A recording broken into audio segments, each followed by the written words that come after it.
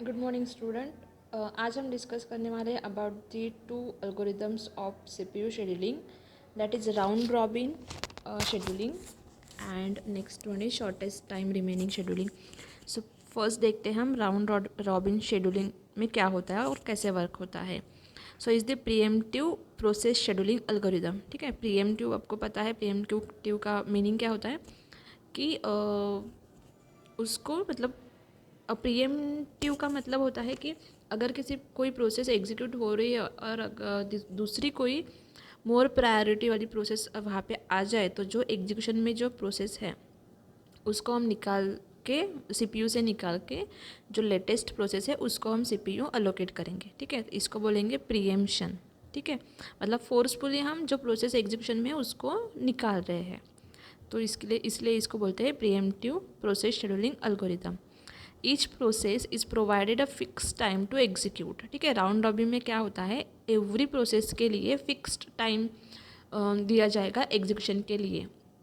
मतलब सीपीयू का जो भी एग्जीक्यूशन टाइम है उसको हम क्या करेंगे, उसको डिस्ट्रीब्यूट करेंगे टाइम को क्वांटम में, उसको हम कहेंगे क्वांटम में, कुछ पोर्शंस में इक्वल पोर्शन में उसको डिवाइड करेंगे, उसको हम कहते हैं क्वांटम। ठीक है, one process is executed for a given time period, it is preempted and other process executes for a given time period। मतलब अगर हमने सपोज सीपीयू को 8 मिली सेकेंड के टाइम क्वांटम में अगर डिस्ट्रीब्यूट किया है तो एक प्रोसेस क्या होगी, 8 मिली सेकेंड के लिए एग्जीक्यूट होगी। उसके बाद वो प्रोसेस अगर ख़त्म भी नहीं हुई तब भी सेकेंड 8 मिली सेकेंड के लिए सेकेंड प्रोसेस जाएगी, फोर्सफुली जाएगी। ठीक है, क्योंकि फर्स्ट प्रोसेस को वो क्या कर देगा, बाहर कर देगा, तो इसीलिए इसको हम बोलते हैं प्रीएम्प्टेड। फिर एक context switching is use to save states of preempted processes. आपको पता है कॉन्टेक्स्ट स्विचिंग हम किस लिए यूज़ करते हैं। ठीक है, प्रीवियस लेक्चर में हमने देखा था, इसके पहले वाले मतलब 2-3 लास्ट चैप्टर में हमने कॉन्टेक्स्ट स्विचिंग पढ़ा था।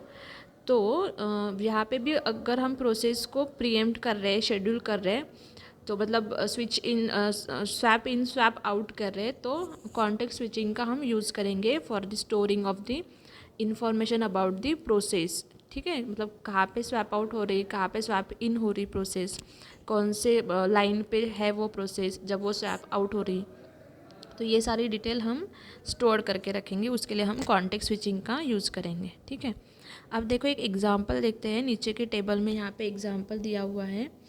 यहाँ पे हमारे पास 4 प्रोसेस हैं, P0, P1, P2, P3। ठीक है, उसका अराइवल टाइम दिया हुआ है, उसका एग्जीक्यूशन टाइम दिया हुआ है और उसकी प्रायोरिटी दी हुई है। तो यहाँ पे अराइवल टाइम मतलब कि जब हमारे पास प्रोसेसेस कहाँ पे आएंगी, सबसे पहले रेडी क्यू में। ठीक है, तो अराइवल टाइम मतलब कौन सी प्रोसेस कौन से टाइम पे आई। तो यहाँ पे देखो प्रोसेस P0 है, उसका अराइवल टाइम है 0, मतलब सबसे पहले 0 टाइम पे जैसे ही हमने कंप्यूटर शुरू किया, सीपीयू शुरू किया, तो सबसे पहले कौन सी प्रोसेस आई, P0। ठीक है, 0 टाइम पे आई। उसके बाद P1 आई, कब आई, जब टाइम था 1 मिली सेकेंड, या फिर सेकेंड मतलब सेकेंड नंबर पे आई P1। फिर आई P2, फिर आई P3। ठीक है, सो ये है सीक्वेंस है प्रोसेस का अराइवल का। ओके, तो ये कहाँ पे जाएगी, रेडी क्यू में। फिर उसके बाद देखो एग्जीक्यूशन टाइम दिया हुआ है, तो इसका एग्जीक्यूशन का टाइम मतलब इसका मीनिंग है कि हमारी प्रोसेस एग्जीक्यूट कितने टाइम पीरियड के लिए होगी, तो है वो है एग्जीक्यूशन टाइम।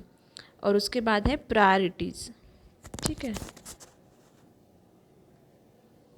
तो देखो जो एग्जांपल हम देख रहे हैं दैट इज़ उसमें हमारे पास 4 प्रोसेसेस अवेलेबल है। ठीक है, अब देखो यहाँ इस एग्जांपल में हमारे पास क्वांटम जो है, टाइम क्वांटम जो मैंने बोला था वो है 3 मिली सेकेंड का।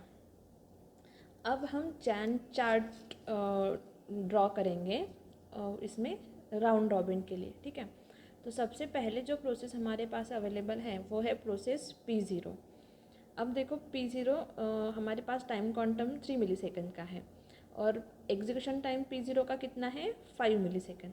तो सबसे पहले गई सीपीयू के पास P0 और वो एग्जीक्यूट हो रही 0 से 3 तक, 3 मिली सेकेंड तक। ठीक है, क्योंकि टाइम क्वांटम क्या है, 3 मिली सेकेंड का। उसके बाद P0 आउट हो गई, P0 स्वैप आउट हो गई। अब देखो P0 3 मिली सेकेंड के लिए एग्जीक्यूट हुई है, तो रिमेनिंग टाइमिंग क्या है पी ज़ीरो का, अभी 2 मिली सेकेंड एग्जीक्यूट होना बाकी है, ठीक है। फिर आई P1, process P1 second number पे। तो अभी CPU के पास गई P1, तो 3 तक कौन सी प्रोसेस थी, P0। अब 3 से शुरू होंगी P1, कब तक, 6 तक, क्योंकि 3 मिली सेकेंड का एक क्वांटम है, ठीक है। तो 6 मिली सेकेंड तक P1 एग्जीक्यूट हुई। अब देखो एग्जीक्यूशन टाइम कितना है P1 का, 3 है, मतलब P1 कंप्लीट हो गई एग्जीक्यूशन, CPU का एग्जीक्यूशन P1 का कंप्लीट हो गया, ठीक है। तो P1 प्रोसेस स्वैप आउट हो गई। उसके बाद प्रोसेस है हमारे पास अवेलेबल नेक्स्ट रेडी क्यू में है P2। तो अब P2 देखो, P2 गई CPU के पास 6 से लेकर 9 तक 3 मिली सेकेंड के लिए, और P2 का एग्जीक्यूशन टाइम कितना है 8। अभी वो 9 तक मतलब 3 मिली सेकेंड के लिए एग्जीक्यूट हो गई, तो रिमेनिंग टाइम कितना बच गया उसके पास, 5 मिली सेकेंड का, ठीक है। अब P2 हमने वापस से डाल दी रेडी क्यू में। अब हम गए नेक्स्ट प्रोसेस जो हमारे पास अवेलेबल थी रेडी क्यू में, तो वो हो गई P3 जिसका एग्जीक्यूशन टाइम है 6। अब हमने P3 को डाल दिया 9 से 12 तक, ठीक है, 3 मिली सेकेंड के लिए P3 एग्जीक्यूट हो गई। और अब हम P3 को स्वैप आउट करेंगे इन दी रेडी क्यू अगेन, ठीक है। तो 3 मिली सेकेंड एग्जीक्यूट हो गई, 3 मिली सेकेंड उसका रिमेनिंग टाइमिंग है, तो वो अभी गई रेडी क्यू में। अब देखो जब सारी process P1 P2 P3 P3 ख़त्म हो गई, उसके बाद हमने P0 को देखो, P0 को 3 मिली सेकेंड के लिए एग्जीक्यूट हुई थी, उसके बाद हमने उसको वापस से रेडी क्यू में भेज दिया था। तो P3 के बाद रेडी क्यू में कौन गया था वापस, P0। अब P3 तो हमारी एग्जीक्यूट हो गई, उसके बाद अभी रेडी क्यू में कौन है, P0 है, ठीक है। तो अब हम P0 को उठाएंगे, उसको डालेंगे CPU के पास। तो P0 का कितना टाइम रिमेनिंग था, 2 मिली सेकेंड का, 5 था, 5 में से 3 उसने पहले एग्जीक्यूट कर लिया, अब 2 मिली सेकेंड रिमेनिंग था। तो अब वो 2 मिली सेकेंड के लिए कहाँ पे जाएगा, CPU के पास। सो 12 से अगर उसने शुरू किया तो जाएगा 14 तक, 14 मिली सेकेंड तक, ठीक है। अब P0 14 मिली सेकेंड के बाद P0 क्या हो गई, कंप्लीट हो गई प्रोसेस। अब उसके बाद रेडी क्यू में हमने मतलब P1 एग्जीक्यूट हुई थी, बट P1 पूरे एग्जीक्यूट हो गए, तो उसको हम वहाँ पे ख़त्म कर दिया। P1 हमने वापस से रेडी क्यू में डाली ही नहीं, ठीक है। अब P0 के बाद फिर हमने क्या किया था, P1 हो गई थी, पूरी कंप्लीट हो गई थी, फिर आई थी P2। तो P2 3 मिली सेकेंड के लिए एग्जीक्यूट हुई और उसका रिमेनिंग टाइम था 5 millisecond, okay. So again हमने क्या किया, P2 को उठाया for the 14th millisecond to 17th millisecond, ठीक है। 3 मिली सेकेंड के लिए फिर से हमने P2 को उठाया। अब 5 में से 3 मिली सेकेंड, 8 में से 3 तो पहले हो गए थे 6 to 9 के बीच में। अब हमने 14 to 17 के बाद बीच में अगेन 3 मिली सेकेंड कम्प्लीट हो गए। फिर 3 मिली सेकेंड कम्प्लीट होने के बाद P2 के पास रिमेनिंग और 2 मिली सेकेंड बाकी है, तो हम उसको कंटिन्यू नहीं कर सकते, ठीक है। हम उसको फिर से डालेंगे रेडी क्यू में, ओके। अब उसका रिमेनिंग टाइमिंग है 2 मिली सेकेंड। फिर आया रेडी क्यू में, अब कौन सी प्रोसेस अवेलेबल है, दैट इज़ P3 जिसका रिमेनिंग टाइमिंग था 3 मिली सेकेंड, ठीक है, क्योंकि वो पहले 3 मिली सेकेंड के लिए एग्जीक्यूट हो गए, अब 3 मिली सेकेंड वापस बाकी हैं, तो हमने फिर से उसको बुला लिया 17 से 20 तक।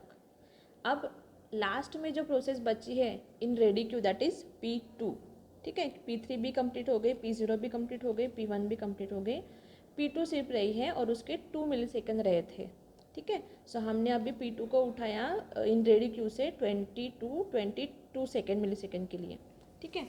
2 मिली सेकेंड उसका रिमेनिंग टाइमिंग था, तो उसको हमने एग्जीक्यूट कर लिया। इस तरह से हमने सारी प्रोसेसेस को CPU अलोकेट कर दिया, ठीक है। अब हम देखते हैं कि वेट टाइम कैसे कैलकुलेट करते हैं, मतलब इस तरह से हम राउंड रॉबिन में CPU अलोकेट करेंगे for the processes in ready queue. अब हम प्रोसेस का वेट टाइम कैलकुलेट करते हैं, तो हमारे पास 4 प्रोसेस हैं, P0 P1 P2 P3, ठीक है। यहाँ पे आप देखो ये 4 प्रोसेसेस हैं। उसके बाद हम उसका वेट टाइम कैलकुलेट करेंगे equals to service time minus arrival time, ठीक है। तो इस फॉर्मूले से हम वेट टाइम कैलकुलेट कर रहे हैं। तो सबसे पहले देखो P0 के पास सबसे पहले P0 आई थी CPU में, और तब वेटिंग टाइम उसका कुछ भी नहीं था, मतलब 0 था, तो 0 माइनस 0। उसके बाद P0 बाद में 12th मिली सेकेंड पे आई, ठीक है। तो रिमेनिंग जो पोर्शन था P0 का वो अभी बाकी था, तो P0 को उसके लिए कितने टाइम तक वेट करना पड़ा, 12 मिली सेकेंड तक, राइट। तो उसके बाद 12 मिली सेकेंड पे P0 आई, और कितने उसका अराइवल टाइमिंग क्या था, उसका एग्जीक्यूशन टाइमिंग 3 मिली सेकेंड का था, ठीक है, पहले वाला। तो 12 माइनस 3, इसलिए हो गया वो 9। फिर आई P1, ठीक है। तो P1 दैट इज वो स्टार्ट हो गई 3 मिली सेकेंड के पास। यहाँ पे देखो, यहाँ पे उसका वेटिंग टाइम सबसे पहले 3 मिली सेकेंड था। जैन चार्ट में देखो, यहाँ पे 3 से शुरू हुई P1 और उसका अराइवल टाइमिंग था 1, ठीक है। सो 3 माइनस 1 दैट इज़ 2। उसके बाद P2 देखो, P2 यहाँ पे है 6 माइनस 2। आपने यहाँ पे देखो 6 से शुरू हुई P2, तो 6 और उसका अराइवल टाइमिंग था 2, सो 6 माइनस 2 प्लस 14th पे भी P2 शुरू हुई, सो 14 माइनस 9, क्योंकि यहाँ पे ख़त्म हुई थी वो 9 पे, सो 14 माइनस 9 प्लस बाद में अगेन 20 से शुरू हुई, सो 20 माइनस 17, क्योंकि यहाँ पे ख़त्म हुई थी पहले वाली P2 का रिमेनिंग पोर्शन, सो 20 माइनस 17। तो ये हो गया टोटल 12, ठीक है। सो वेटिंग टाइम टोटल क्या हुआ P2 का 12 मिली सेकेंड। उसके बाद लास्ट में आई P3। सो P3 शुरू हुई 9 मिली सेकेंड से, सो 9 माइनस 3 प्लस उसके बाद हुई 17 से शुरू, बट 17 से शुरू हुई, लास्ट में ख़त्म कब हुई थी 12 से, 12 मिली सेकेंड पे। सो 17 minus 12 that is 5, so 6 plus 5 that is 11। Okay, so P3 का वेटिंग टाइमिंग है 11। तो इस तरह से ये चारों प्रोसेस का हमने वेटिंग टाइम निकाला। फिर एवरेज वेटिंग टाइम चारों की एडिशन डिवाइड बाय 4। उसके बाद नेक्स्ट नेक्स्ट जो है एल्गोरिदम, मैं उसको नेक्स्ट वीडियो में रिकॉर्ड करूँगी, ठीक है।